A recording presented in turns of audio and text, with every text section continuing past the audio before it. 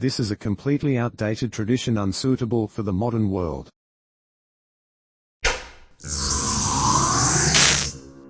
A hand-picked selection of unpopular opinions from Reddit, with a few interjections from your video master AFK. Stop telling your parents that they've already told you that story. My dad is a very simple man. He likes telling stories from his life that he thinks I will enjoy or are relevant to my current life issues. He could have told me a certain story a million times and I'll listen like he's the prophet. I enjoy hearing things about my great-grandparents, especially because I never met them, and I act like each time he tells me a story is the first time I've heard it. One day, I heard my uncle telling my cousin a story my dad had told me and his son just told him, "Dad, do you ever shut up about that? I've heard it before." I was aghast.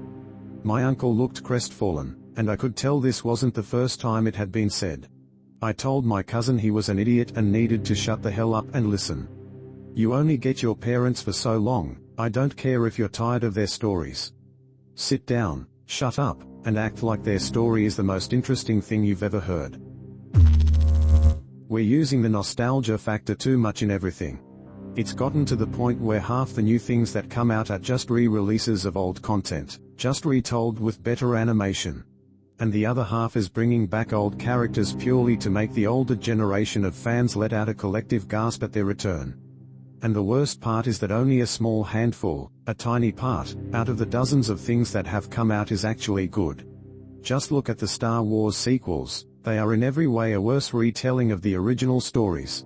Or the new Matrix film, it wasn't even a Matrix film, it was a terrible film about two recognizable love interests finding each other, just using shameful brand recognition. If these were good I wouldn't mind, otherwise, it's a shameless cringe cash grab. Touching the deceased body during funerals is so disrespectful. My mother passed away recently and we had her service. It was an open casket which we were all happy with and it was a beautiful service. I understand people grieve differently, but I just cannot understand someone who kisses, hugs, caresses, or especially lies on the body. I tried telling some others to stop touching and lying on her. Especially when they shake the casket and get up in the deceased's face. While standing to see her, my aunt tried to convince me to give my mother a kiss. I could not do it because I just find it so disrespectful and gross. They kept shaking her and grabbing her and touching her face. They even kept touching her hair and moved it out of the way to where you could see the wounds or how she died on her head.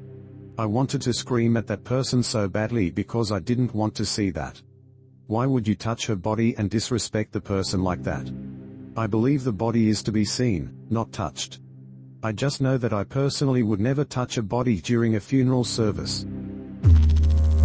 Can you explain this gap on your resume? Is an inappropriate question to ask during an interview. I have never understood why it is acceptable for employers to ask this question in an interview. This is a personal and private question and there is no good way to answer it. I understand that employers want to know a potential employee's experience and education, but asking this will rarely help them know how good of an employee they will be. It's simply a nosy question that will be used to make an assumption about you based on what you answer. And the worst part is it's a one-way street. If you ask, "Can you explain your turnover rates?" you've basically given up any chance of getting hired. The wide-eyed, big-mouthed, surprised expressions on YouTube thumbnails and ads are so lame and desperate. Tell me honestly, when you see a face with wide eyes open, a big mouth open looking so surprised pointing at something or pointing at a text, does it make you click? And most of these that I see are really bad actors and actresses, just look so desperate. If you are a creator, how did it work for you? They say it works, so I guess this is a very unpopular opinion. It's just cringy. Changing your opinion on something should be encouraged, not discouraged or branded as a contradiction. Unless it's a court trial and your words are being held against you, changing your opinion or having a different opinion than one you had months ago should not be met with "Aha, but you said this other thing a week ago." Of course, not taking responsibility for saying something said with such conviction, belief, and passion when you change your opinion immature. But the act of changing our minds should be encouraged as we learn and grow.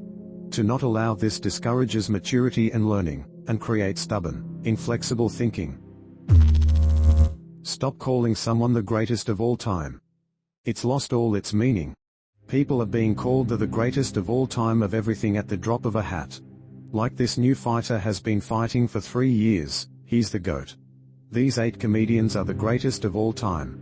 This guy is the greatest of all time at professional pogo fishing. Like, let someone have a legacy and retire and then decide that they're the GOAT. Muhammad Ali is probably the greatest of all time.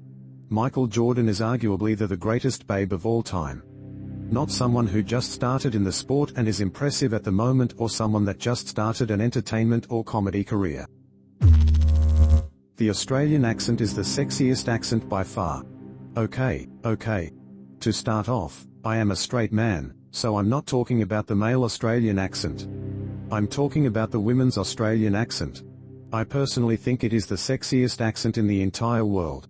It may be a popular opinion, but I think very few people believe it is the sexiest accent. The upper middle class is not your enemy. The people who make $200,000 to $300,000 a year, who drive a Prius and own a 3-bedroom home in a nice neighborhood, are not your enemies. Whenever I see people talk about class inequality or eating the rich, they somehow think the more well-off middle-class people are the ones it's talking about. No, it's talking about the top 1% of the top 1%. If you're making $300,000 a year, you have more in common with someone making minimum wage than you do with Elon Musk. There are people that walk among us that have so much wealth, that even generations of mismanagement can't squander it.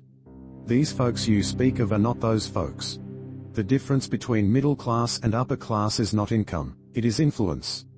Doctors and lawyers and engineers still have to work hard to maintain their lifestyle. I can't wait for winter to come. Summer is not great. Bright sunshine is the worst, you're blinded and burned. In the east it's oppressively humid and disgusting 9 of 10 days. Stupid sun comes up too early and you couldn't sleep in if you tried. Gimme sweater weathers, cold days and nights, overcast storms and snow. A roaring fireplace and football. Summer sucks. People who immediately discredit anything labeled as conspiracy are worse than the theorists themselves. This doesn't mean you have to agree with any of it, but it's important to have positive conversation about topics that go against the narrative. If for nothing else, it sparks true contemplation on the foundation of one's own beliefs. I truly think the more we can engage sincerely with topics we don't deem true ourselves and listen to understand as much as we can, the less polarized we will seem. Particularly in regards to the internet and how fast everyone is to defend, demonize and discredit anything that goes against what they believe. This is not about me defending any particular conspiracy nor discrediting it. I see many adamant about their feelings toward a varied numbers of subjects, and to me that is a great thing. I also think it's important to have the context of the future and things that one has not been made aware of yet. That is more so where the point of this opinion is directed. If you have already had the conversation, done the research or whatever else it may be to have formed your opinion and see no need to engage in a topic you have already made your mind up on, then you are entitled to that. With that being said, I think that too often people allow themselves and their preconceived beliefs regarding one conspiracy to trickle over onto others, therefore never giving themselves the opportunity to be surprised in what could or couldn't be true. There is value in being able to have discussion without the need to convince nor be convinced.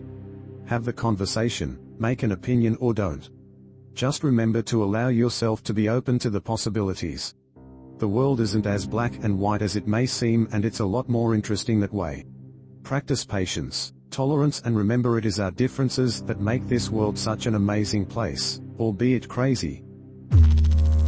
If somebody proposed to you with a public grand gesture, it's better to say yes on the spot, and then sit them down in private to tell them you don't want to marry them. If I propose to someone who doesn't want me, publicly, I would be grateful that they spared me the public humiliation and made my proposal less hurtful for me. This may hurt them, to be completely crestfallen, but if they propose without any discussion beforehand, then it's really their own fault. It is complete lunacy not to discuss marriage with someone before randomly proposing. That's a discussion, not a yes or no right now thing. My best friend got engaged at a hockey game and everyone saw it on the Jumbotron. Which was great for her, because they had discussed marriage beforehand and she said she'd like to be engaged soon. Pretty sure she even showed him some rings she'd like. So obviously he knew she would say yes. I can't imagine proposing to someone, especially in public, and not knowing they were 100% going to say yes. Neckbeards are actually incredibly aesthetic and people hate them purely because they've been memed to death. I don't know why, but I don't get the hatred for the neckbeard itself. It's not really that disgusting, it's just different from the usual style of beard, which is a good thing, since most beards are boring.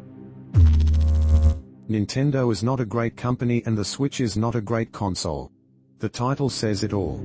People defend Nintendo because, nostalgia? I guess?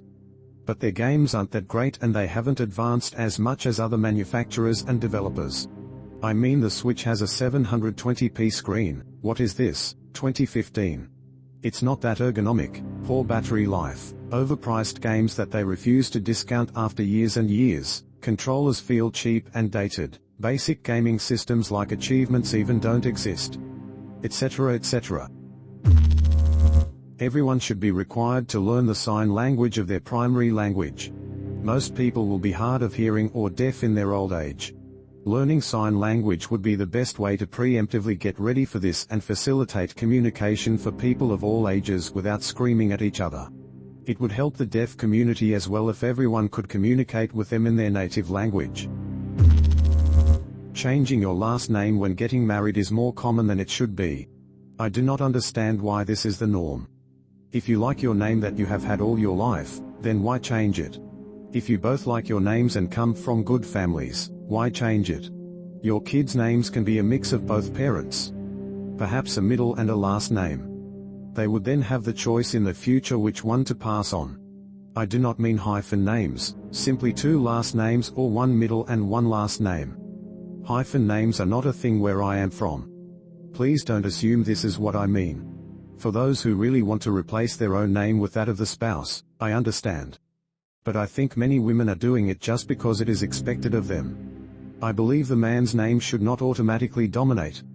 I know it's not a legal requirement, but it somewhat remains a social one. I think it was a very old tradition I remember reading about. Usually it's a man. The woman would take his name. So that name would live on through marriage. Which is why the woman would traditionally take the man's last name. Also why in the olden days you'd want a boy instead of a girl. So the name and bloodline would live on. This is a completely outdated tradition unsuitable for the modern world. Mint choc chip is the best flavor of ice cream. So many people I know either sleep on or straight up just dunk on mint choc chip, but I don't understand the hate. Just think about it, it makes perfect sense. I work at an ice cream parlor, and mint chip is definitely the second least sold flavor, right behind birthday cake. It definitely could be different depending on where you go, but at least where I work it's definitely unpopular. Ice cream is supposed to be cold, why shouldn't it be flavored cold? And the chocolate adds a nice bitter sweetness to complement it all. It's just perfect. AFK here. Where I live, mint choc chip is an extremely rare flavor. You will only find it in the biggest of dessert shops, or the largest of supermarkets. Because of this aggressivity I used to get it wherever I could, till one day I realized, it's not actually that good. I mean, it is nice, but compared to other flavors it is very mediocre. Now I have found the true best flavor, butterscotch. People who are sober should not have to be responsible for people who are drunk. I don't drink and am always the sober one in situations. I was just reading a reply from someone who said that if their friend was very drunk and handed them the keys to their car, but the sober person said no, they should be liable if there are any accidents. Why is that? This person chose to drink. You're a fully grown adult. I was at a party. These two drunk girls came up to me and one of them fell on the floor. I was a bit shocked, but her friend immediately started swearing at me saying help her up, then don't just stand there. I helped get her up, but I was incredibly pissed off. Why was she getting rude with me? You both decided to get drunk to the point where you can't walk. Why is it my responsibility to look after you? There was another party with work colleagues. I agreed beforehand that I would drive my friend home. I assumed everyone had a ride home as this was planned months in advance. It was 2 a.m. when we left. A few of my drunk colleagues kept asking me for a ride home. There were about 4 of them, all around 20+ years older than me. I said no, it's late, I'm tired and I only agreed to drive one person. If I drove the rest home, I would have to drive about 1.5 hours extra to make sure they all got home. One lived 40 minutes away from my house. I told them to get a taxi or call their husbands.